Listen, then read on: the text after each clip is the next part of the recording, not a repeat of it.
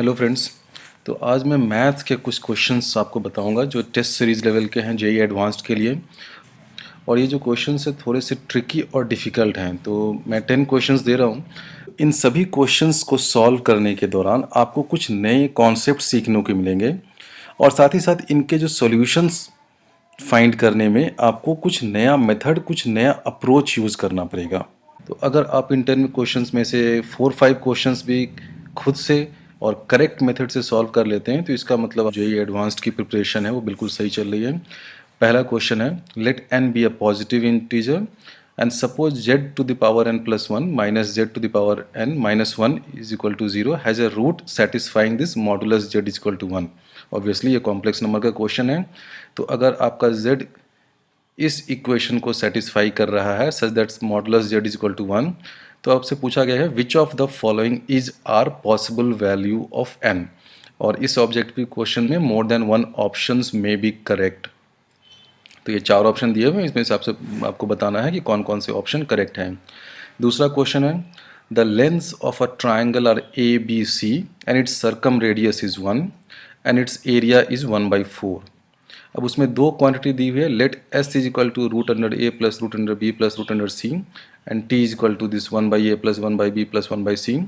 Then which of the following statements is are true. ये 4 statement दिए हुए हैं, इसमें भी मोर देन वन ऑप्शंस में बी करेक्ट। तो इन दोनों फर्स्ट और सेकंड क्वेश्चन में एक या एक से ज़्यादा ऑप्शंस करेक्ट हो सकते हैं।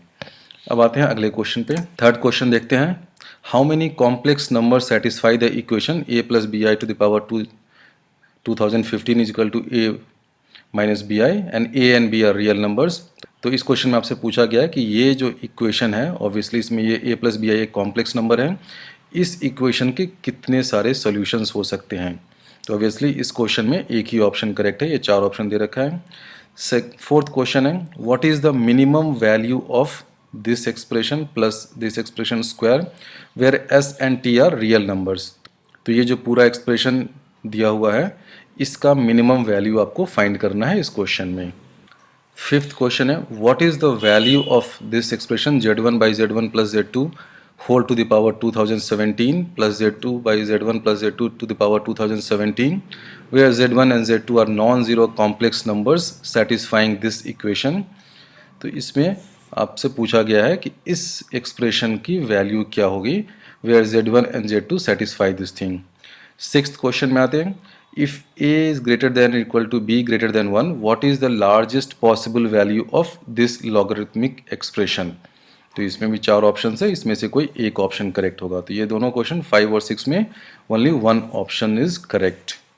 सेवेंथ क्वेश्चन है, let A B C an isosceles triangle with A B equal to A C point D lies on side AC such that angle CBD is equal to 3 times angle ABD.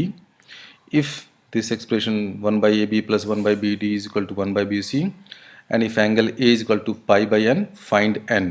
तो ये दोनों question number 7 और 8 जो है वो integer type question है। तो 7 में आपको इस एंगल A की वैल्यू फाइंड करनी है, उसको फाइंड करना है n।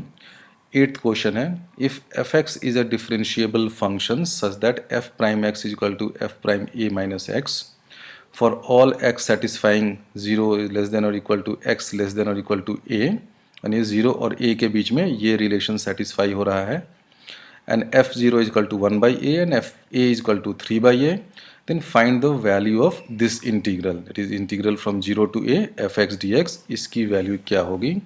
ये दोनों क्वेश्चन 7 और 8 ये दोनों इंटीजर टाइप क्वेश्चंस हैं।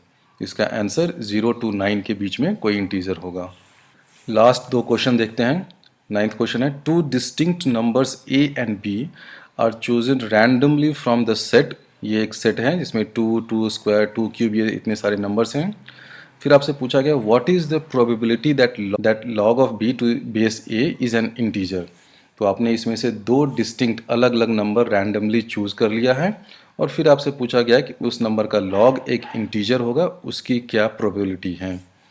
10th क्वेश्चन है, suppose f is a function such that f is continuous for x greater than और equal to 0, f prime exists and f0 is equal to 0 and f prime is monotonically increasing. तो ये एक f function दिया हुआ है, उसमें ये 3 conditions हैं। फिर आपसे पूछा गया which of the following is are true.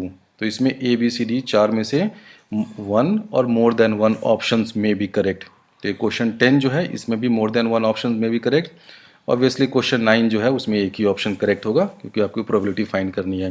तो ये 10 क्वेश्चन है, काफ़ी अच्छे क्वेश्चन हैं, थोड़े से ट्रिकी हैं, डिफ़िकल्ट भी हैं, इसलिए मैं कह रहा हूँ आप टाइम लेके आराम से इसको सॉल्व करने की कोशिश करिए। अगर आप 10 में 5 क्वेश्चंस भी अच्छे करेक्ट मेथड से सॉल्व कर लेते हैं तो इसका मतलब आपका कॉन्सेप्ट मैथ्स का काफ़ी स्ट्रॉन्ग है। इन सारे प्रॉब्लम्स का सोल्यूशन मैं कुछ दिनों में obviously before JEE advanced exam में सॉल्यूशन इसका पोस्ट कर दूंगा। Thank you and keep solving.